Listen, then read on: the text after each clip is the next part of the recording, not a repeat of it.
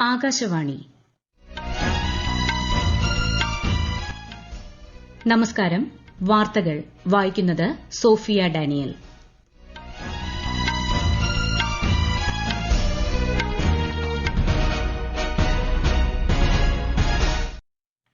പ്രധാന വാർത്തകൾ.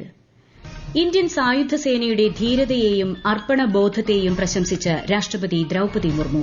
ഭീകരതയ്ക്കെതിരെ ഇന്ത്യയുടെ വിജയകരമായ പ്രതികരണമാണ് ഓപ്പറേഷൻ സിന്ദൂർ എന്ന് രാഷ്ട്രപതി. പാകിസ്ഥാൻ കസ്റ്റഡിയിലായിരുന്ന ബിഎസ്എഫ് ജവാൻ പൂർണം കുമാർ ഷാ ഇന്ത്യയിലേക്ക് മടങ്ങി. സുപ്രീംകോടതിയുടെ 52ാമത് ചീഫ് ജസ്റ്റിസായി സത്യപ്രതിജ്ഞ ചെയ്ത് ജസ്റ്റിസ് ബിആർ ഗവായ്. അരുണാചൽ പ്രദേശിലെ ചില പ്രദേശങ്ങൾക്ക് പുതിയ പേര് നൽകാനുള്ള ചൈനയുടെ ശ്രമങ്ങൾ തള്ളി ഇന്ത്യ.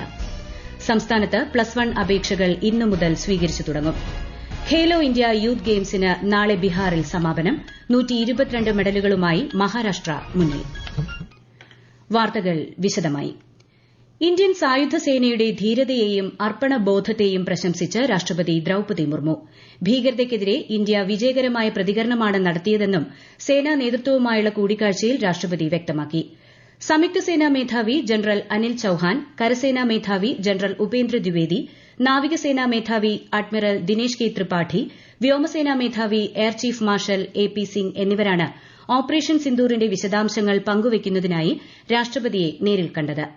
ഓപ്പറേഷൻ സിന്ദൂറിന്റെ വിജയകരമായ നിർവ്വഹണത്തെക്കുറിച്ച് ചർച്ച ചെയ്യുന്നതിനായി സംയുക്ത സൈനിക മേധാവിയും 3 സേനാ മേധാവികളും ഉന്നതതല യോഗവും ചേർന്നിരുന്നു.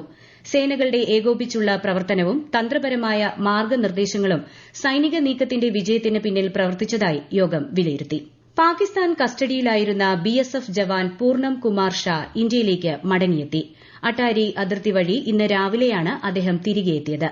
അബദ്ധത്തിൽ അന്താരാഷ്ട്ര അതിർത്തി കടന്നതിന് ഏപ്രിൽ 23-നാണ് പഞ്ചാബിലെ ഫിറോസ്പൂർ സെക്ടറിൽ നിന്ന് ജവാനെ പാകിസ്ഥാൻ റേഞ്ചേഴ്സ് കസ്റ്റഡിയിലെടുത്തത്. അതിർത്തിയിലെ കർഷകരുടെ സുരക്ഷയ്ക്കായി നിയോഗിച്ചിരുന്ന സംഘത്തിലെ അംഗമായിരുന്നു പൂർണം കുമാർ ഷാ. ഇന്ത്യയുടെ 52ാമത് ചീഫ് ജസ്റ്റിസായി ജസ്റ്റിസ് ഭൂഷൺ രാമകൃഷ്ണ ഗവായ് ഇന്ന് സത്യപ്രതിജ്ഞ ചെയ്തു. രാഷ്ട്രപതി ഭവനിൽ രാവിലെ നടന്ന ചടങ്ങിൽ രാഷ്ട്രപതി ദ്രൌപദി മുർമു സത്യവാചകം ചൊല്ലിക്കൊടുത്തു. भूषण रामकृष्ण गवई जो भारत के उच्चतम न्यायालय का मुख्य न्यायमूर्ति नियुक्त हुआ हूँ जो भारत के उच्चतम न्यायालय का मुख्य न्यायमूर्ति नियुक्त हुआ हूँ सत्यनिष्ठा से प्रतिज्ञा करता हूँ सत्यनिष्ठा से प्रतिज्ञा करता हूँ कि मैं विधि द्वारा स्थापित भारत के संविधान के प्रति मैं विधि द्वारा स्थापित भारत के संविधान के प्रति सच्ची श्रद्धा और निष्ठा रखूंगा ജസ്റ്റിസ് സഞ്ജീവ് ഖന്നയുടെ പിൻഗാമിയായാണ് ജസ്റ്റിസ് ബിആർ ഗവായ് ചുമതലയേറ്റത്. ഉപരാഷ്ട്രപതി ജഗ്ദീപ് ധൻകർ, പ്രധാനമന്ത്രി നരേന്ദ്രമോദി, കേന്ദ്രമന്ത്രിമാർ, സുപ്രീംകോടതി ജഡ്ജിമാർ തുടങ്ങിയവർ ചടങ്ങിൽ പങ്കെടുത്തു. 2025 നവംബർ 23 വരെ ജസ്റ്റിസ് ഗവായ് ചീഫ് ജസ്റ്റിസ് സ്ഥാനത്ത് തുടരും. 2019 മുതൽ സുപ്രീംകോടതി ജഡ്ജിയായി സേവനമനുഷ്ഠിക്കുന്ന അദ്ദേഹം മഹാരാഷ്ട്ര സ്വദേശിയാണ്. അരുണാചൽ പ്രദേശിലെ ചില പ്രദേശങ്ങൾക്ക് പുതിയ പേര് നൽകാനുള്ള ചൈനയുടെ തുടർച്ചയായ ശ്രമങ്ങളെ തള്ളി ഇന്ത്യ. ഇത്തരം നീക്കങ്ങൾ ഒരു തരത്തിലും അംഗീകരിക്കാനാകില്ലെന്ന് വിദേശകാര്യ വക്താവ് രൺധീർ ജയ്സ്വാൾ വ്യക്തമാക്കി. പുനർനാമകരണം കൊണ്ട് യാഥാർത്ഥ്യത്തെ മാറ്റാനാകില്ലെന്നും അരുണാചൽ എന്നും ഇന്ത്യയുടെ അവിഭാജ്യ ഘടകമാണെന്നും ശ്രീ രൺധീർ ജയ്സ്വാൾ പറഞ്ഞു. ജമ്മുകശ്മീരുമായി ബന്ധപ്പെട്ട ഏതൊരു പ്രശ്നവും ഇന്ത്യയും പാകിസ്ഥാനും ഉഭയകക്ഷി ചർച്ചയിലൂടെയാണ് പരിഹരിക്കുകയെന്നും വിദേശകാര്യ വക്താവ് അറിയിച്ചു.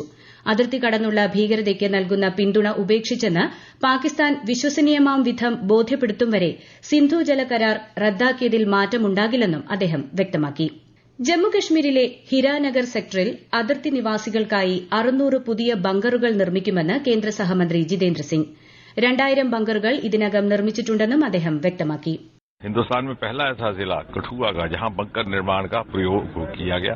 2000 बंकर बन चुके हैं. आज ही घोषणा की गई कि 600 और बंकर बनाए जाएंगे, family bunker.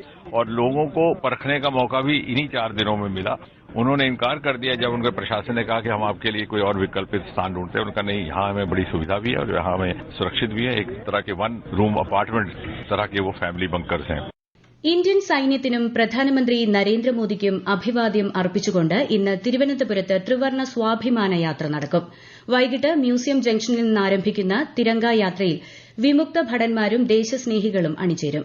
Kargil വീരയോദ്ധാവ് major Jerry പ്രേംരാജിന്റെ മാതാവ് അടക്കമുള്ളവർ ത്രിവർണ്ണ സ്വാഭിമാന യാത്രയിൽ അണിചേരും. ഇന്ത്യയിൽ നിന്ന് ക്ഷയരോഗം നിർമ്മാർജ്ജനം ചെയ്യാനുള്ള രാജ്യത്തിന്റെ പ്രതിബദ്ധത ഊട്ടിയുറപ്പിക്കുന്ന വിജയകരമായ തന്ത്രങ്ങൾ വികസിപ്പിക്കണമെന്ന് ആഹ്വാനം ചെയ്ത് പ്രധാനമന്ത്രി നരേന്ദ്രമോദി. ദേശീയ ക്ഷയരോഗ നിർമ്മാർജ്ജന പരിപാടി സംബന്ധിച്ച ഉന്നതതല അവലോകന യോഗത്തിന് ഇന്നലെ അധ്യക്ഷത വഹിക്കുകയായിരുന്നു അദ്ദേഹം. അടുത്തിടെ സമാപിച്ച 100 ദിന ടിബി മുക്ത് ഭാരത് അഭിയാൻ പരിപാടിയും അദ്ദേഹം അവലോകനം ചെയ്തു. ഈ വാർത്തകൾ ആകാശവാണിയിൽ നിന്ന്. ആകാശവാണി വാർത്തകളും വാർത്താധിഷ്ഠിത പരിപാടികളും All India Radio news Thiruvananthapuram YouTube ചാനലിലും All India Radio news Thiruvananthapuram Facebook പേജിലും AR ന്യൂസ് _തിരുവനന്തപുരം ഇൻസ്റ്റഗ്രാം അക്കൌണ്ടിലും AR ന്യൂസ് _TVM X ഹാൻഡിലും ലഭ്യമാണ്. സംസ്ഥാനത്തിന്റെ മൊത്തം ആഭ്യന്തര ഉൽപാദനത്തിൽ വലിയ വർധന ഉണ്ടായതായി മുഖ്യമന്ത്രി പിണറായി വിജയൻ. സംസ്ഥാനത്തെ ജനങ്ങളുടെ പ്രതിശീർഷ വരുമാനം വർദ്ധിപ്പിക്കാനും ജീവിത നിലവാരം ഉയർത്തിക്കൊണ്ടുവരാനും സർക്കാരിന് സാധിച്ചു. സംസ്ഥാന സർക്കാരിന്റെ 4ാം വാർഷികത്തിന്റെ ഭാഗമായി തൃശൂരിൽ ചേർന്ന ജില്ലാതല യോഗത്തെ അഭിസംബോധന ചെയ്യുകയായിരുന്നു മുഖ്യമന്ത്രി. 2016 നമ്മുടെ സംസ്ഥാനത്തിന്റെ മൊത്തം ആഭ്യന്തര ഉൽപാദനം 5,60,000 കോടി രൂപയായിരുന്നു. ഇപ്പോഴത് 13,11,000 കോടി രൂപയായിട്ട് ഉയർന്നു. 2016 നമ്മുടെ പ്രതിശീർഷ വരുമാനം 1,48,000 രൂപയായിരുന്നു. ഇപ്പോഴത് 2,28,000 രൂപയായി വർദ്ധിപ്പിക്കാൻ നമുക്ക് കഴിഞ്ഞു. നമ്മുടെ മൊത്തം പുരോഗതി ഇതിന്റെയെല്ലാം അടിസ്ഥാനത്തിലാണ് കണക്കാക്കേണ്ടത്. സംസ്ഥാനത്ത് +1 പ്രവേശനത്തിനുള്ള അപേക്ഷകൾ ഇന്ന് വൈകുന്നേരം 4 മണി മുതൽ ഓൺലൈനായി സമർപ്പിക്കാം. പൊതുവിദ്യാഭ്യാസ വകുപ്പിന്റെ ഹയർ സെക്കൻഡറി പ്രവേശന വെബ്സൈറ്റ് വഴിയാണ് അപേക്ഷിക്കേണ്ടത്. സംസ്ഥാനത്തെ എല്ലാ ഹൈസ്കൂളിലും ഹയർ സെക്കൻഡറി സ്കൂളുകളിലും ഹെൽപ്പ് ഡെസ്ക് സജ്ജമാക്കിയിട്ടുണ്ട്.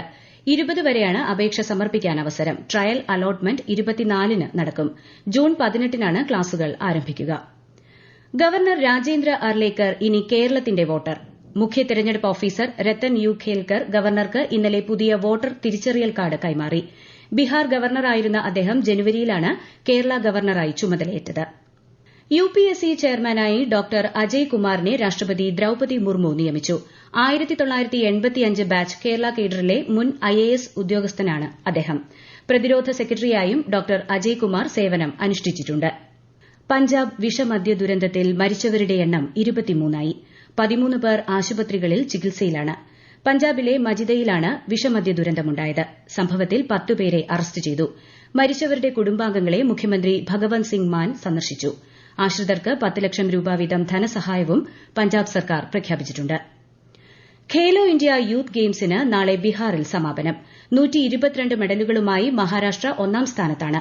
രാജസ്ഥാൻ 2ാം സ്ഥാനത്തും ഹരിയാന 3ാം സ്ഥാനത്തുമാണ്. 11ാം ദിവസമായ ഇന്ന് രാവിലെ നടന്ന മത്സരങ്ങളിൽ 1 സ്വർണവും 1 വെള്ളിയും കൂടി നേടി മെഡൽ വേട്ടയ്ക്ക് തുടക്കമിട്ടിരിക്കുകയാണ് Maharashtra. Athletics, boxing, gymnastics, fencing എന്നീ ഇനങ്ങളിലാണ് ഇന്ന് മത്സരം. രാജ്യത്തെ ഓഹരി വിപണികളിൽ നേട്ടം. ബോംബെ ഓഹരി സൂചിക സെൻസെക്സ് 221 പോയിന്റ് ഉയർന്ന് 81,369-ലും ദേശീയ ഓഹരി സൂചിക നിഫ്റ്റി 98 പോയിന്റ് നേട്ടത്തിൽ 24,678-ലും വ്യാപാരം തുടരുന്നു. സ്വർണ്ണവില കുറഞ്ഞു. പവന് 400 രൂപ കുറഞ്ഞ് 70,440 രൂപയും ഗ്രാമിന് 50 രൂപ കുറഞ്ഞ് 8,805 രൂപയുമാണ് ഇന്നത്തെ വില.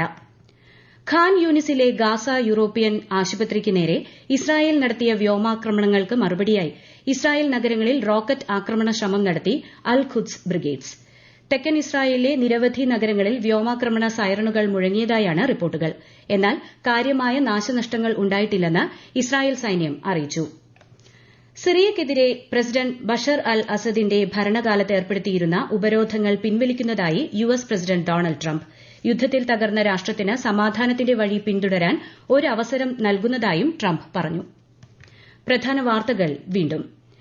ഇന്ത്യൻ സായുധ സേനയുടെ ധീരതയെയും അർപ്പണബോധത്തെയും പ്രശംസിച്ച് രാഷ്ട്രപതി ദ്രൌപതി മുർമു. ഭീകരതയ്ക്കെതിരെ ഇന്ത്യയുടെ വിജയകരമായ പ്രതികരണമാണ് ഓപ്പറേഷൻ സിന്ദൂർ എന്ന് രാഷ്ട്രപതി. പാകിസ്ഥാൻ കസ്റ്റഡിയിലായിരുന്ന BSF ജവാൻ പൂർണം കുമാർ ഷാ ഇന്ത്യയിലേക്ക് മടങ്ങി. സുപ്രീംകോടതിയുടെ 52ാമത് ചീഫ് ജസ്റ്റിസായി സത്യപ്രതിജ്ഞ ചെയ്ത് ജസ്റ്റിസ് BR ഗവായ്. അരുണാചൽ പ്രദേശിലെ ചില പ്രദേശങ്ങൾക്ക് പുതിയ പേര് നൽകാനുള്ള ചൈനയുടെ ശ്രമങ്ങൾ തള്ളി ഇന്ത്യ. സംസ്ഥാനത്ത് +1 അപേക്ഷകൾ ഇന്നു മുതൽ സ്വീകരിച്ചു തുടങ്ങും. ഖേലോ ഇന്ത്യ യൂത്ത് ഗെയിംസിന് നാളെ ബീഹാറിൽ സമാപനം. 122 മെഡലുകളുമായി മഹാരാഷ്ട്ര മുന്നിൽ. വാർത്തകൾ കഴിഞ്ഞു. അടുത്ത വാർത്താ പ്രക്ഷേപണം വൈകിട്ട് 6:30-ന്.